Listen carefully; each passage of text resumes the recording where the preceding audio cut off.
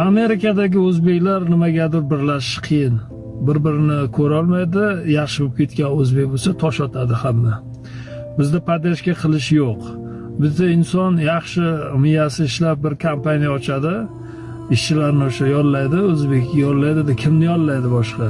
Meksikanni yollasinmi? Tili bir, zaboni bir, vatani bir bo'lgandan keyin o'zini vatandoshini, millatdoshini ishga yollaydi, o'sha ishga yollagani yoqmaydi boyagi ishchini.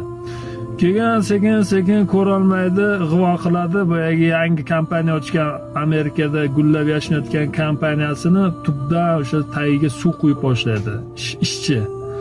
Keyin oqibatda nima bo'ladi? Boyagi ochgan kompaniya ochgan o'zbek uxlaydi. Keyin o'sha puliga, vaqtiga hafsalasi pir bo'ladi.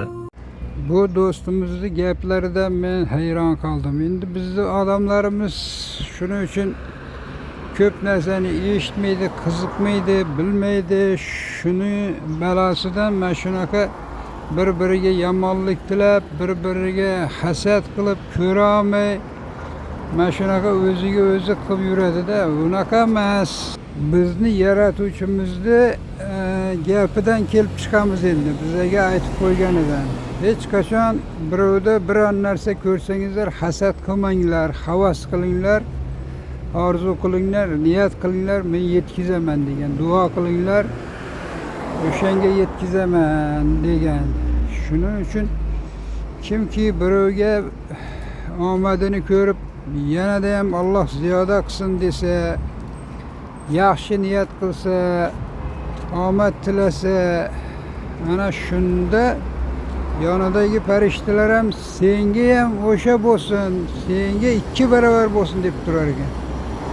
O'shani ko'pchilik bilmas ekan. Men shuni o'zim eshitib, bilib, hayotimda foydalanganimdan keyin o'sha bo'ldi, aniq ko'payib ketdi shu yurus. Kelishi 2-3 barobar, даже undan ham ko'proqqa ko'paydimi deyman-da rizq kelishi. O'shaning uchun shu narsalarga odam amal qilsa, eshitib, "Ha, shunaqa ekan-da" deb fikrlab, tafakkur qilib, shuni o'zini hayotida tatbiq qilsa juda zo'r bo'ladi.